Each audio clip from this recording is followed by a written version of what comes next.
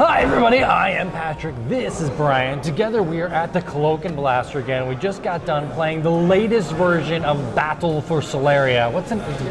I have trouble with names. It's Sularia and... I would say Exsularians. Excellent. The Exsularians, they're kind of like gunslingers. Pow! And the Protoans, which are like a virus kind of race. Very mucusy, reminds me of you a lot. Join us for Battle Sularia with the new expansions, Exsularians and Protoans.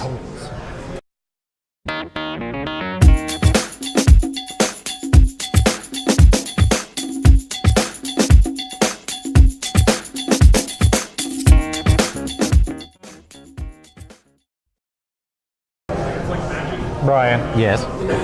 Tell us all about the Exsularians and the Protoans in the new Battle for Sularia expansion. Okay, so just to recap a little bit on Battle for Sularia. Basically, the players are assuming one of the different races. In this case, it's the Protoans and the Exsularians. And each player starts with like 25 health, 7 cards in your hand, and you get to, there are pre-constructed decks that are available, but you can also customize your deck or build it to suit. It's got to basically be 60 cards and like a total of 90 points worth of point values, which are all listed on the cards. Yeah, they do have like a certain mercenary pack that kind of goes with anything that really lets you customize your stuff. But I'm sorry, the mercenaries you can mix in with the different factions. With anything. Yeah, so that's and then the other ones are the Jotuns and the Sularia. I can't remember the red robot kind of guys, alien ones. So this now brings it up to I think 4 different types of factions plus the mercenaries, so for a total of 5. Each of the players have 25 health to start. You got a 60 card deck. You're going to start with a hand of 7 cards. And basically what's going to happen is during your turn, the first thing you're going to do is you're going to place an influence card down. It could be any card from your hand. You get to place it face down, but if you happen to have a tactics or a condition card, you're going to be able to reveal that card later on and basically use its abilities, which can either be kind of like an enchantment or like a game effect that's going to take place over multiple rounds, or it could be a one-time use tactic card, which are, both of them are pretty powerful in their own right. Of course, if you end up using one of those cards, it's going to get removed from your influence row. But what your influence cards actually do is they basically serve as a resource to then deploy your sights. And your sights are kind of like, they're not creatures that are actually able to attack, but they're able to defend, and they kind of create like a barrier or a wall that the other players have to first come through, and they kind of absorb a bunch of damage. And they can also do some damage to the combatants as well. Your sights are also going to generate your Solarian, which is basically your money to pay for all of your soldiers and combatants and other things in the game. Yeah, your cash. So that's excuse me, I'm losing my voice here. But so you've got your influence cards that you do, and then you've got your sight cards that you do. And your sight cards, you have to have a certain number of influence cards down before you can cast, before you can deploy those. And you can deploy any number of sights equal to the value of the influence row. And a lot of those have special abilities too. Yeah, and they also generate Solarium, which allows you to cast your combatants. And then that's the next phase. You have your Solarium generation. So you add up all of your positive money and you subtract all of your cards that have maintenance costs on them, and then you can deploy new combatants. And then you move into your combat phase, which is you can take any of your guys that you've had out for at least one turn. They're able to freshly activate, which is kind of like tapping or turning 45 degrees to the side and attacking the other player. If they don't have anybody to block, you're going to deal damage directly to them, equal to your attack value on your card. If they have combatants that they can throw as defenders in front of you, then they're going to battle it out and try to kill each other. If they have sights, you have to run all your guys through one of their sights first. But if you kill their sight, they're going to also take damage from the influence value of the sight. Plus, you kind of like overrun or trample over the defense value of the sight and also damage the player. There's 2 ways to win. You either eliminate your opponents, he has like 25 life to start, or the first player to run out of cards when they would have to draw a card would lose. So that's the basic rules for Battle Sularia. Again, this expansion is for the Protoans and for the Exsularians. So I'm going to turn it over to you to tell us a little bit about the Exsularian cards. All right, so the Exsularian cards, and there's a couple of different ways to do this, but they have a lot of cards that do this bounty. This bounty is almost like a direct attack, not necessarily direct damage, although they do have some cards in here in the Exsularians that actually do kind of a pinging effect.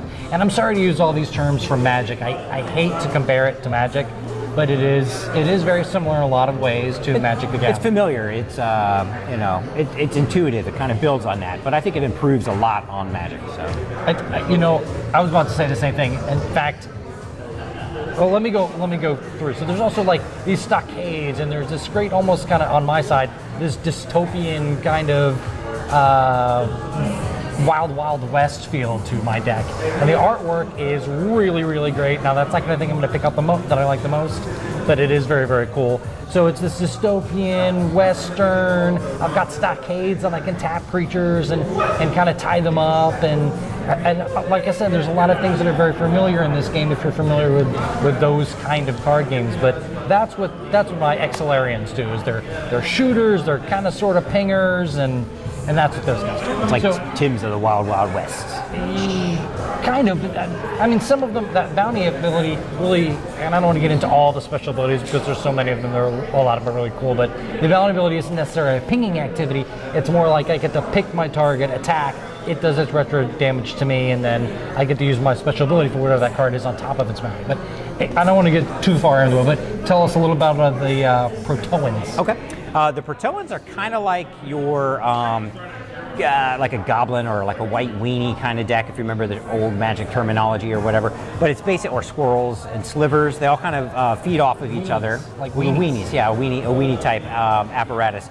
It's really cool though because there's a lot of different interactions that they have. Like you can have some guys that when they die, they leave like 3 more guys on the board. Then you have, for every guy of yours that dies, they add additional like virus tokens onto the other characters, that which give somebody else like a +2 to attack or to their attack value as well. And then you've got a lot of harvest type abilities, which allow you to remove combatants that have already died and are in your graveyard. But then they will put like tokens which will generate extra Solarium or your cash resource every turn going forward.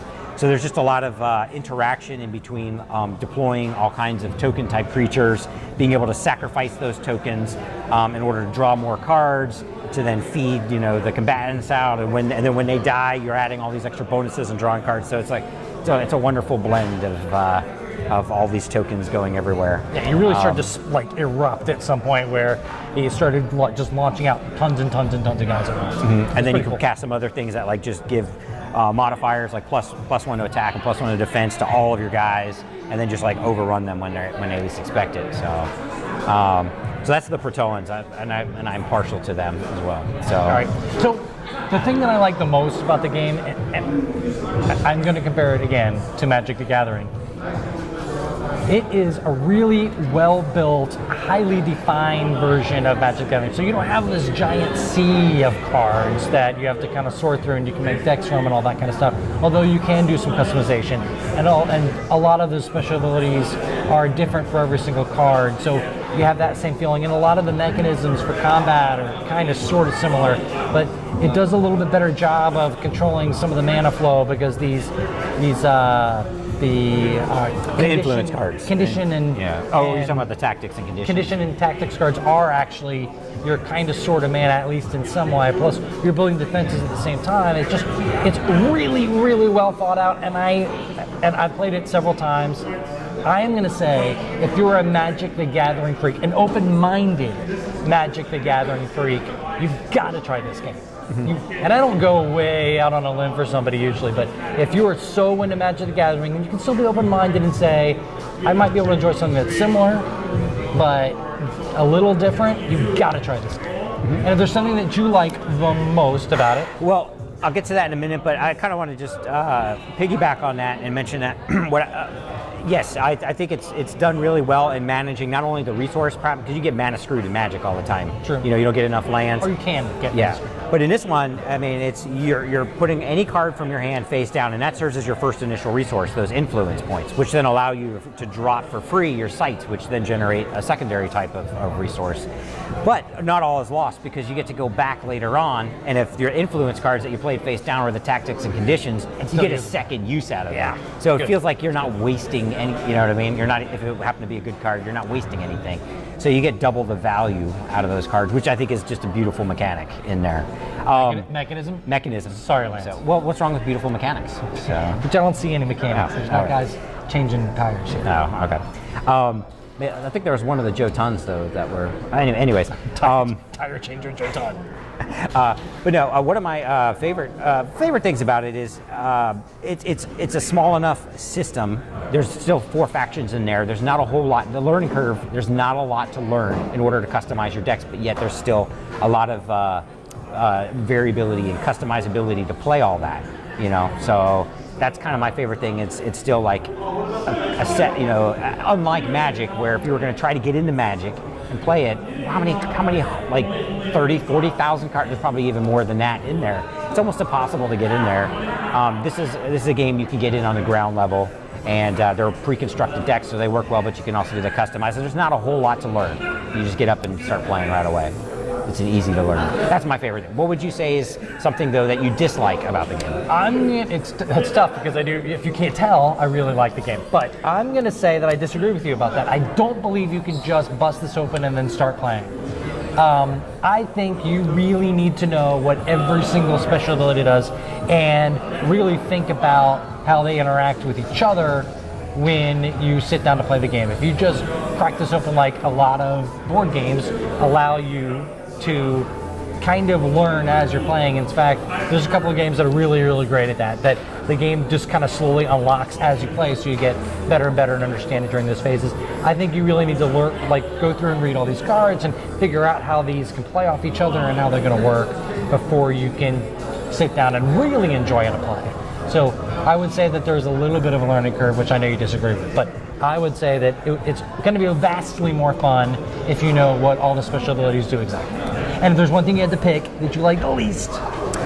Probably not having a cheat sheet. So we play a lot of board games, and there's always reference cards and stuff everywhere. And having all of that in one place would help a lot. I'm sure they probably have something on the website though that you could probably print off, and it would have like a glossary of all the terms. And it kind of piggybacks on what you were saying about having to know all the abilities. But having them all like listed out right there would help a lot. So no, we did get a prototype. Yes, true. So I'm not positive that that's not going to be in the regular version. It was not in the prototype. So. And they do try to explain some stuff on the cards, but there are some other keywords on there, like, oh, I got to go look this up or whatever, and it's like, oh, okay, Yeah. But that's easily solved, though, I think. That's true. So again, Battle for Sularia, the Protoan expansion deck and the Exsularian expansion are coming to Kickstarter very, very soon. So make sure you hop over there and back for your copies. And I'm not positive that I believe they're going to release these separately. So Okay. You're going to get one. And then maybe another a month later, and I apologize that I don't know exactly when the release dates are or how far they are apart. But as releasing these 2 expansions, I'm really happy to even having the prototype version in my collection, because I think we're going to be playing a lot more of this. In fact, if you're at Dice Tower Con this year, come and find us, and we'll play with you. Make sure you get the Protoans. I like them. No way. He's crazy, these guys. The Exsularians. Get these guys. Anyway, I'm Patrick, this is Brian, this is Cloak and Blaster, and we had a great time playing. I hope you had a great time watching. We'll talk to you soon. Well, with microvores and that horrible case of syphilis, no wonder why you like the Protoans. That's true. That's true. I mean, they make antibiotics, you can kind of get rid of those. Oh, no, I wouldn't touch antibiotics. That'll kill me.